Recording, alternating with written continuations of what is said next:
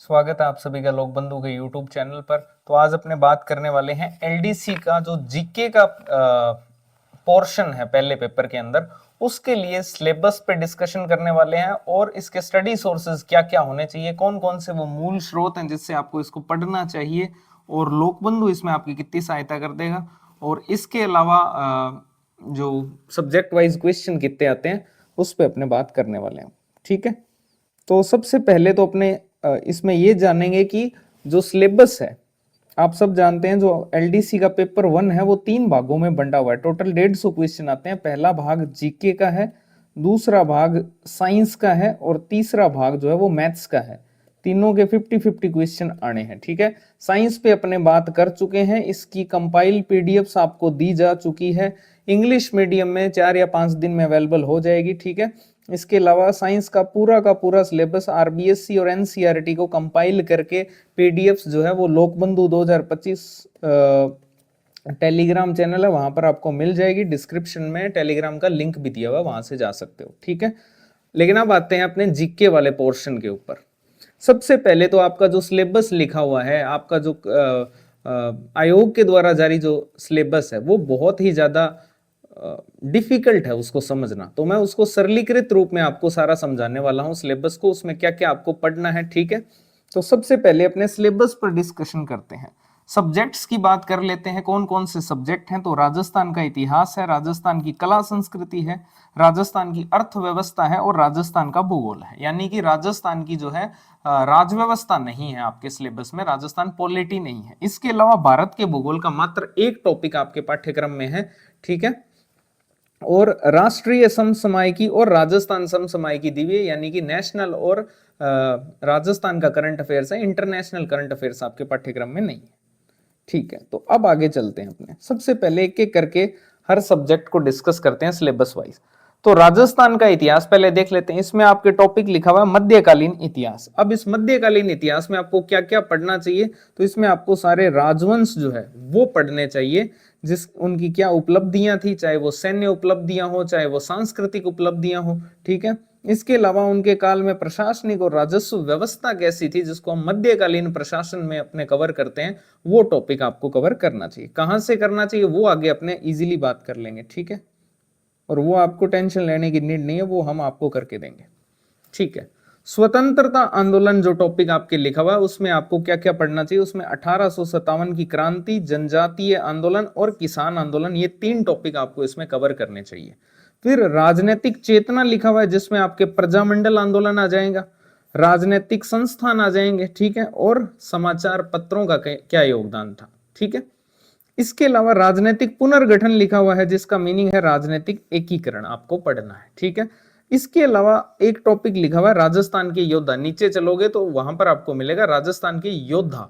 अब योद्धा में 2 चीजें आती है, एक तो क्रांतिकारी आपको पढ़ने हैं, इसके अलावा मध्यकालीन जो राजस्थान था वहां पर भी बहुत सारे ऐसे योद्धा थे जिनको अपने अनसुने किस्से बोलते हैं, जैसे महिलाएं हैं, जैसे है ना पन्ना दाई, गोरा दाई, वो सब आपके मध्यकालीन व्यक्तित्व तो आपको इसमें पढ़ने पड़ेंगे।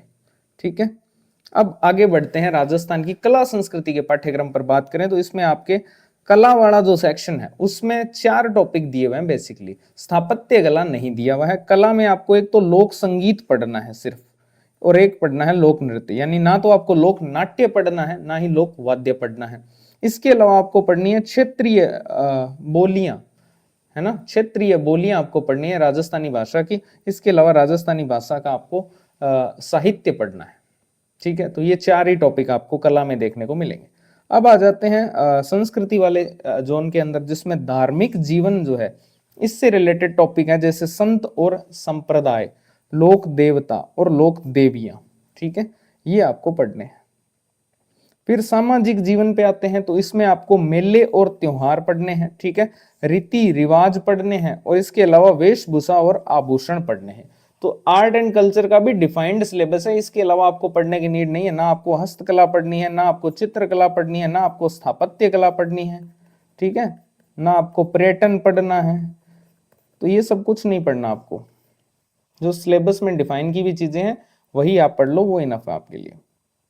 इसके बाद चलते हैं, सबसे मेन वो है राजस्थान की अर्थव्यवस्था, जो 2 जगह पर आपके पाठ्यक्रम में लिखी हुई है अलग अलग करके। ठीक है, तो ये जो राजस्थान की अर्थव्यवस्था है इसके पाठ्यक्रम को समझते हैं। इसकी पहली यूनिट है कृषि।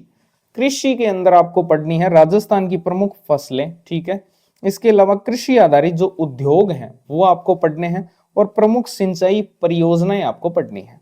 इसके अलावा बात करें तो आर्थिक विकास, आर्थिक विकास के अंदर जो है मरुभूमि के विकास से संबंधित परियोजनाएं आपको पढ़नी है। इसके अलावा हस्त उद्योग यहां पर दिया हुआ है और विभिन्न आर्थिक योजनाएं और कार्यक्रम, तो यहाँ सारी ही योजनाएं आ जाएगी। इसके अलावा विकास की जो प्रमुख संस्थाएं हैं जिसमें पंचायती राज है और उनकी क्या भूमिका है और भी बहुत सारी संस्थाएं हैं वो आपको इसमें पढ़नी है। औद्योगिक विकास वाला जो चैप्टर है इसमें आपको प्रमुख उद्योग और औद्योगिक क्षेत्र पढ़ने हैं, कच्चे माल की उपलब्धता और खनिज आधारित जो उद्योग हैं वो पढ़ने हैं। यानी कृषि आधारित ऊपर थे, नीचे खनिज आधारित भी आ गए। इसके अलावा एक टॉपिक और दिया हुआ है वो है ऊर्जा के स्रोत, जिसमें आपको जल विद्युत है ना, तापीय और आणविक ऊर्जा और पवन और सौर ऊर्जा ये आपको पढ़नी है, ठीक है। कहां से पढ़नी है आगे डिटेल में बात करेंगे। फिर आते हैं राजस्थान के भूगोल पर। तो राजस्थान के भूगोल में राजस्थान की जो भौतिक दशाएं हैं एक हेडिंग दी हुई है जिसके अंदर आपको प्रमुख भौतिक विभाग पढ़ने हैं, जलवायु पढ़नी है, वनस्पति और मृदा, ये 4 टॉपिक है। फिर प्राकृतिक संसाधनों के अंदर अगर अपने बात करें तो जल संसाधन दिए हुए हैं, जिसको और डिफाइन करें तो नदियां और झीलें बेसिकली पढ़नी है आपको। वन, ठीक है। इसके अलावा वन्य प्राणी और संरक्षण, खनिज और पशुपालन, ये टॉपिक आपके दिए हुए हैं। मानव संसाधन के अंदर आपको जनसंख्या पढ़नी है और जनजातियां पढ़नी है। अब आते हैं भारत के भूगोल के ऊपर। भारत के भूगोल में आपको 2 टॉपिक दिए हुए हैं, एक भारत की पारिस्थितिकी दिया हुआ है और एक वन्य प्राणी दिया हुआ है। जो एक ही टॉपिक है बेसिकली वो है प्राकृतिक वनस्पति, ठीक है। प्राकृतिक वनस्पति के अंदर ही आपको दोनों हेडिंग्स मिल जाएगी ये, ठीक है।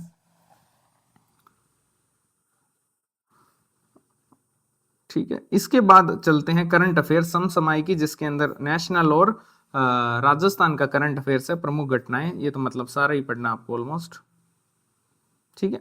ये था पूरा का पूरा आपका सिलेबस, ठीक है। अब इसमें पहले अपने ये बात कर लेते हैं कि ट्रेंड क्या कहता है, प्रीवियस ट्रेंड क्या कहता है। तो प्रीवियस ट्रेंड ये कहता है जो 50 क्वेश्चन आते हैं जीके के, उसमें से आपको राजस्थान हिस्ट्री और कल्चर के 11 से 13 क्वेश्चन देखने को मिलते हैं, ठीक है। ज्योग्राफी के राजस्थान और इंडिया का तो एक ही टॉपिक दिया हुआ है, उसको मिलाकर 10 क्वेश्चन, ठीक है।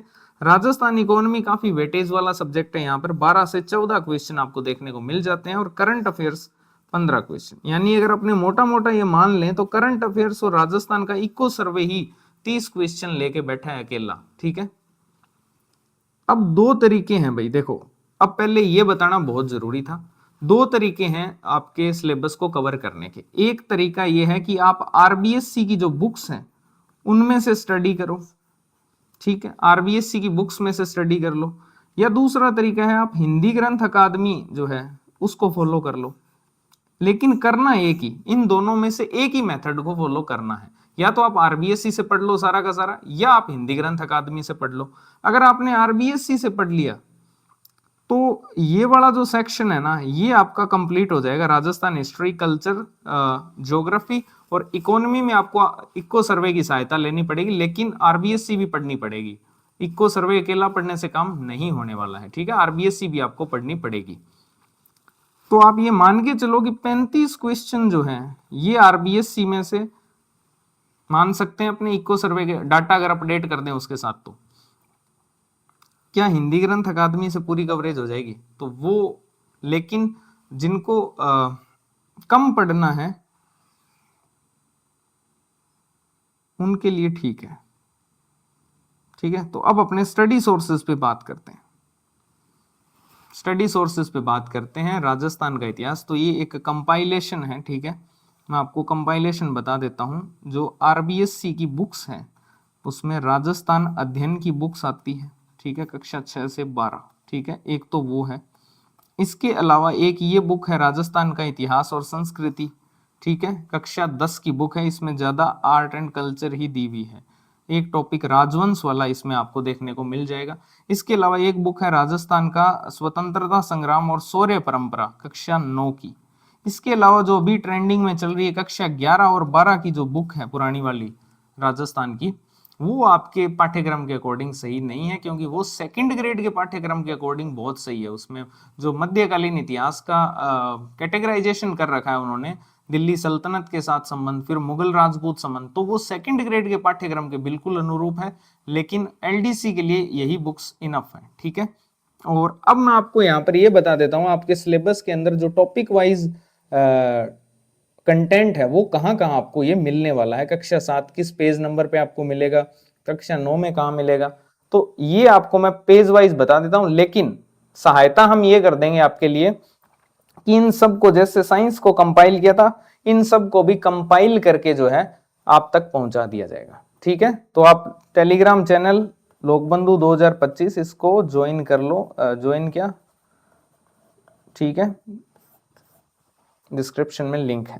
अब देखो, अगर आपको समझना है तो ये समझ लो, यहाँ पर दिए हुए हैं, ठीक है। इस प्रकार से आपके पूरा जो सिलेबस है उसके अकॉर्डिंग जो है कंटेंट जो है वो दिया हुआ है इन पेजेस, पेज नंबर्स पे, ठीक है। इसी प्रकार से आर्ट कल्चर का भी दिया हुआ है, सोर्सेज मैंने आपको बता दिए।